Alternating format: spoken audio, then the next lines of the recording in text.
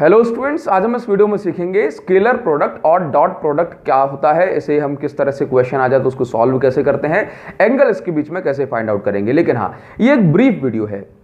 जिन students को crash course type video पसंद है उन स्टूडेंट के लिए है। अगर आप सेम टॉपिक को डिटेल में देखना चाहते हैं तो उस टॉपिक पर ऑलरेडी एक बड़ी वीडियो बना दी है जिसमें जेईई नीट के लिए भी क्वेश्चंस हमने कवर किए हैं, तो उस वीडियो को भी आप चेक कर सकते हैं, लिंक आपको डिस्क्रिप्शन में मिल जाएगी। मल्टीप्लिकेशन ऑफ वेक्टर की तो दो तरह से हम वेक्टर्स को मल्टीप्लाई करते हैं, एक होता है आपका स्केलर प्रोडक्ट और दूसरा होता है वेक्टर प्रोडक्ट।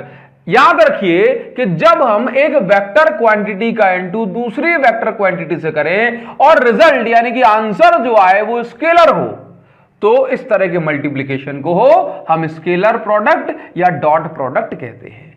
जैसे कि फोर्स एक वेक्टर क्वांटिटी है, इसका इनटू डिस्प्लेसमेंट होता है, ये भी एक वेक्टर क्वांटिटी है, लेकिन result force into displacement work होता है और वर्क एक स्केलर क्वांटिटी है।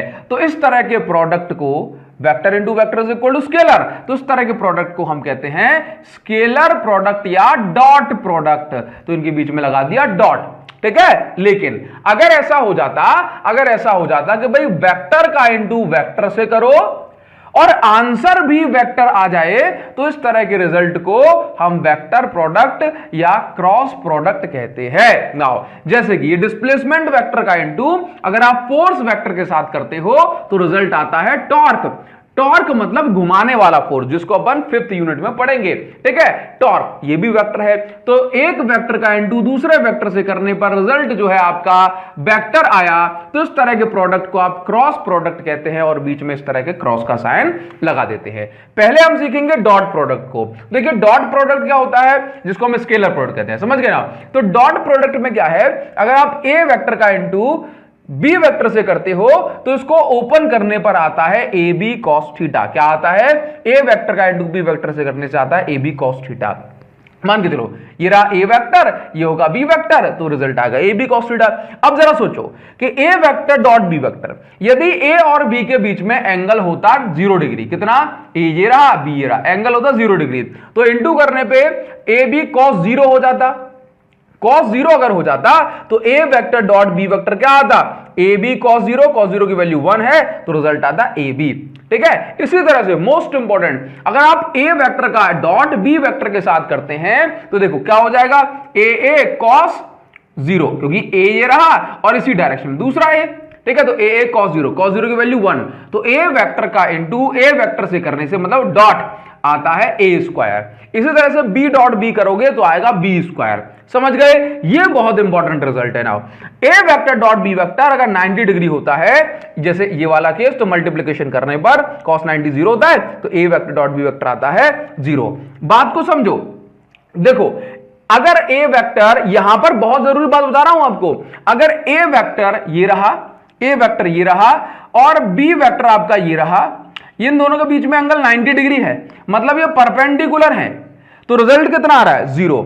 इसका मतलब ये होगा कि जब भी आपको परपेंडिकुलर प्रूव करना हो, देखो जब भी आपको परपेंडिकुलर प्रूव करना है तो इसका मतलब ए बी कॉस थीटा को 0 प्रूव कर दो, क्योंकि ये ए वेक्टर डॉट बी वेक्टर कब 0 होता है, जब 90 डिग्री बन रहा हो और जब आपका जो वेक्टर्स हैं परपेंडिकुलर। तो याद रखो, जब भी परपेंडिकुलर प्रूव करना है ए वेक्टर डॉट बी वेक्टर को 0 प्रूव कर दो या फिर ए बी कॉस थीटा को 0 प्रूव कर दो। ये बात समझ में आ रही है। नाउ आगे बढ़ते हैं। नाउ देखिए, अभी आपने प्रूव कर दिया यहां पर कि भाई ए वेक्टर डॉट बी वेक्टर, इसका आप स्क्रीनशॉट ले लो अच्छे से, स्क्रीनशॉट ले लो आप इसका अच्छे से। ए वेक्टर डॉट बी वेक्टर होता है आपका ए बी कॉस थीटा। तो अगर मैं यहां से कॉस थीटा की वैल्यू निकालना चाहूंगा, दैट मींस एंगल बताना चाहूंगा, तो ये हो जाएगा A vector dot B vector is equal to A B. ये ए मैग्नीट्यूड है ए का, ये बी मैग्नीट्यूड है बी का। अब आप जानते हो कि अगर ए का मैग्नीट्यूड निकालना है तो कैसे निकाल सकते हो, ए वेक्टर डॉट बी वेक्टर, ए का मैग्नीट्यूड निकालते हो, ये सारी वैल्यू का स्क्वायर प्लस इनटू में है और बी की जो वैल्यू उनका स्क्वायर कर दो, ठीक है। मतलब ये आपका फॉर्मूला होता है, मैग्नीट्यूड निकालना आप जानते हो। नाउ अभी देखना, ये आपका cos थीटा आपने निकाल दिया।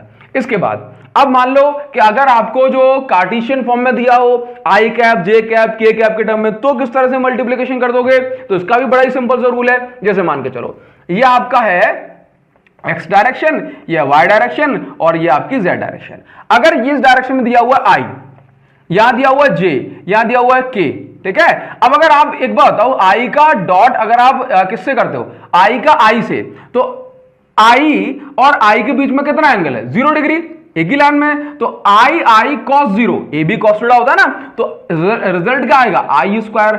आई क्या है, यूनिट वेक्टर, तो भाई आई स्क्वायर, आई की वैल्यू होती है 1, तो आंसर आया 1। इसी तरह जे का इंटू अगर आप जे से करते हैं तो जे जे cos थीटा यानी cos 0, जे और दूसरा जे भी 0, तो आंसर क्या है, जे स्क्वायर यानी कि 1। समझ गए। तो इस तरह से k का इंटू k से करोगे तो रिजल्ट क्या आएगा, 1। तो i डॉट आई या फिर j डॉट जे होता है 1। लेकिन अगर आप i का इंटू j से करते हो तो ये 90 डिग्री पर है और cos 90 होता है 0, cos 90 होता है 0, तो भाई अगर आप i का इंटू j से करोगे तो रिजल्ट आएगा 0।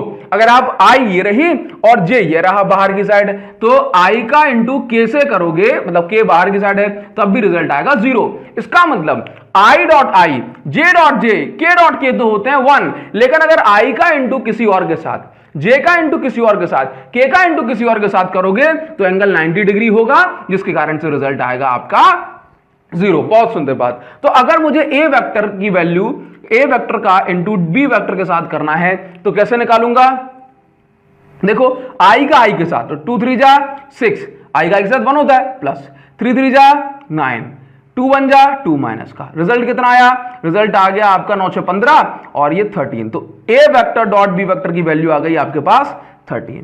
अगर आपको इसको एंगल निकालना होता तो कैसे निकालोगे, इन ए और बी के बीच में एंगल निकालना होता तो क्या करोगे, cos theta is equal to A vector dot B vector की वैल्यू निकाल दी आपने, कितनी है भाई 13, ठीक है, अपॉन में ए का मैग्नीट्यूड तो 2 square plus 3 square plus 1 square, ठीक है, इनटू करना बी के मैग्नीट्यूड से 3 square plus 3 square plus 2 square, बस सॉल्व कर देना, cos थीटा की वैल्यू निकल आएगी। बस अगर आप ये सीख गए तो पूरा डॉट प्रोडक्ट आप जो है हिला के रख दोगे।